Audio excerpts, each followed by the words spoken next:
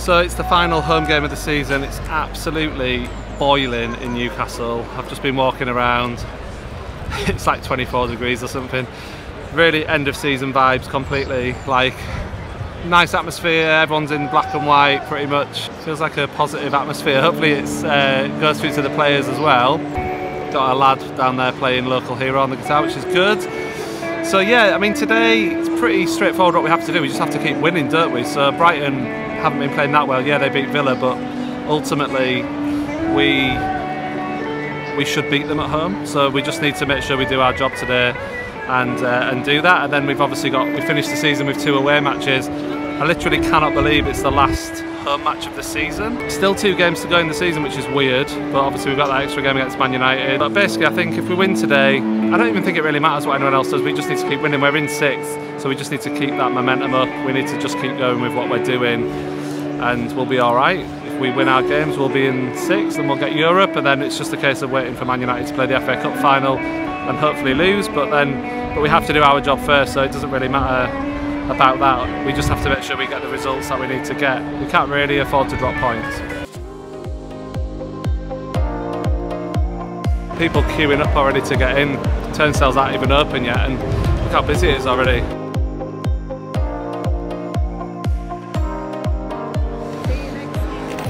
Just one, thanks. 350, please. Cheers. Awesome. Thank you. Have a good day. So obviously when Newcastle's season's finished, it's not the end of the football season.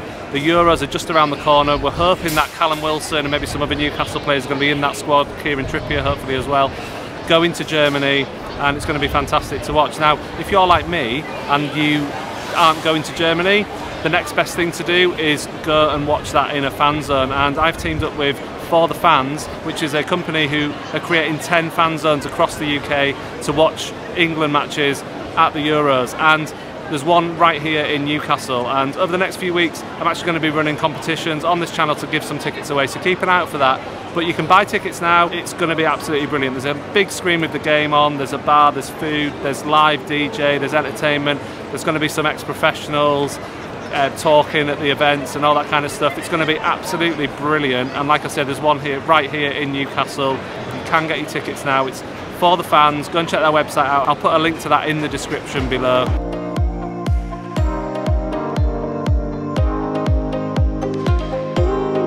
So I'm with Tim, a Brighton fan. So Tim, just how do you feel your season's gone this season? A little bit of a disappointment after last season? No, I don't think so actually. We in Europe for the first time.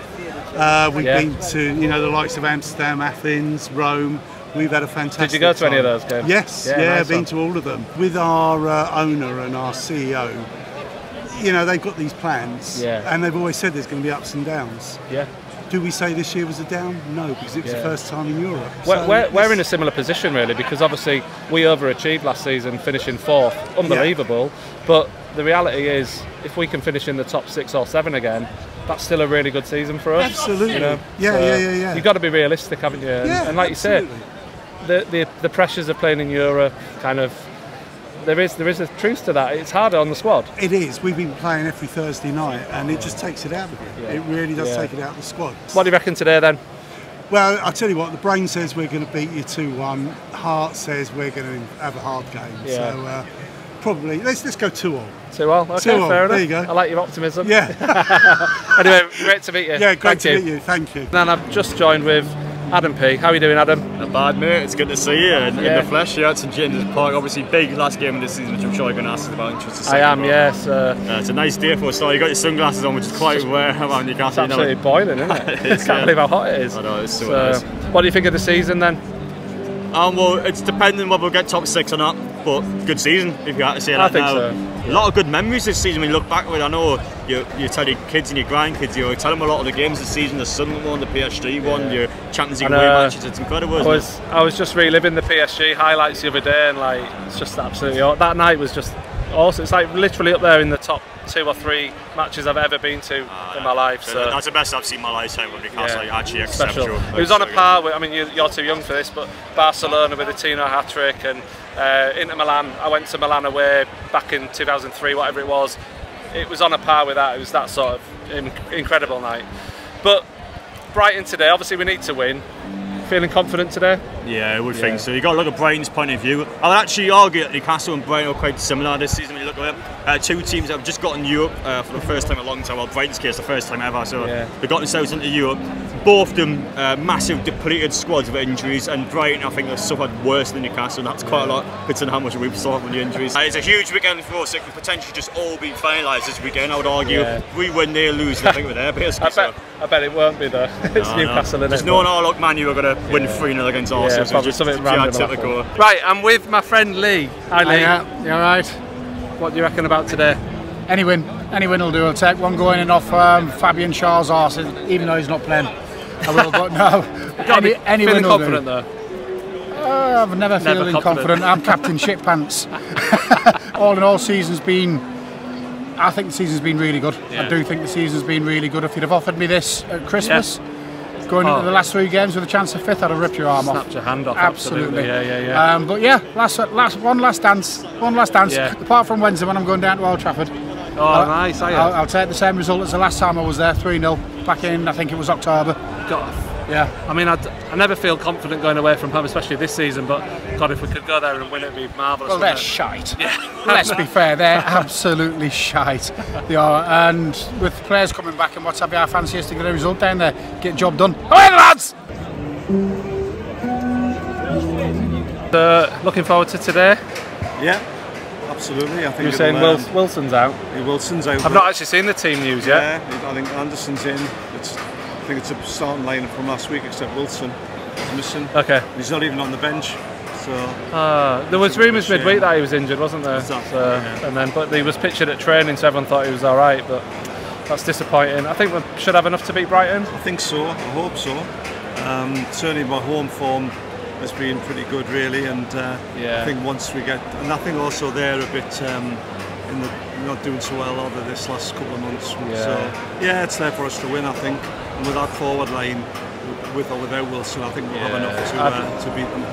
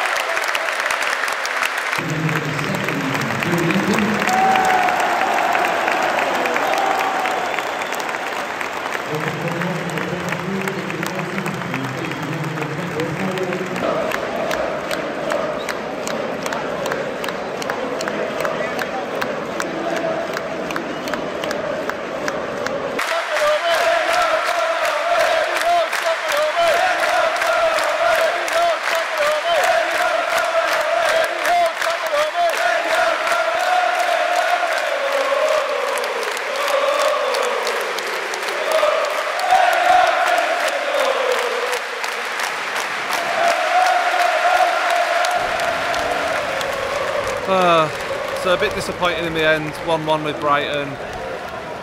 And the season a bit flat. The lap of honour was a bit flat today because I think the players obviously know they've still got work to do, but we just huffed and puffed, didn't we? Still with my dad. What do you reckon? Yeah, it was a very frustrating game, wasn't it? It was like we couldn't really get into any rhythm because they kept breaking it up, and a lot of gamesmanship going on, and the referee was appalling.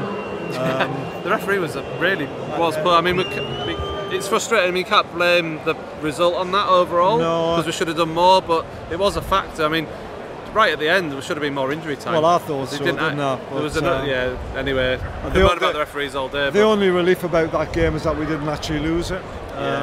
But Brighton came with a job there. They obviously had it all worked out to spoil and stop and time waste right through the game. And they got the goal from a set piece. We've always been vulnerable to Brighton in the corners, and it happened again. I think we could afford to drop 2 points before the game, so at least we didn't lose. But I don't know what the other results are at the moment, but I don't think anyone's done us any favours. So it's just a case of trying to beat Man United on Wednesday night, and that'll go a long way towards. But we have to do it. We have to go there and do the job. Well, that's the big one, isn't it? Now, if we can win at Manchester United, we'll forget about today, won't we? And I think that'll be enough if we beat Manchester United on Wednesday night. I think he'll start with Joe Linton on Wednesday night. I think so. I think Trippier will start as well. And obviously the concern about Isak. I mean, why did he take him off? Not sure why he went off really. Which is it might have just been a tactical thing, but it seemed an odd thing to do after an hour to take him off, and then and Gordon looked tired than Isak did, and yet he had to stay on, so that's not a great sign, but hopefully it won't be anything serious, so hopefully it's a precaution. No, I don't think it will. I think it'd be okay for Wednesday, I'm sure. They obviously got the lead, they stifled us, then they were happy with a point, that's right. And we just had to break them down, and we failed to do it. We failed to break them down, and that was the disappointing. And you know, those breaks that we had when they pulled us back, and then they had 10 men behind the ball then, and it just disrupted the play all game. Anyway, 1-1, we'll take it. We're still unbeaten. We're still on first, sixth place, we're still in our hands. And disappointing as it was not to win today, we've still got it in our hands, and we'll go again on Wednesday.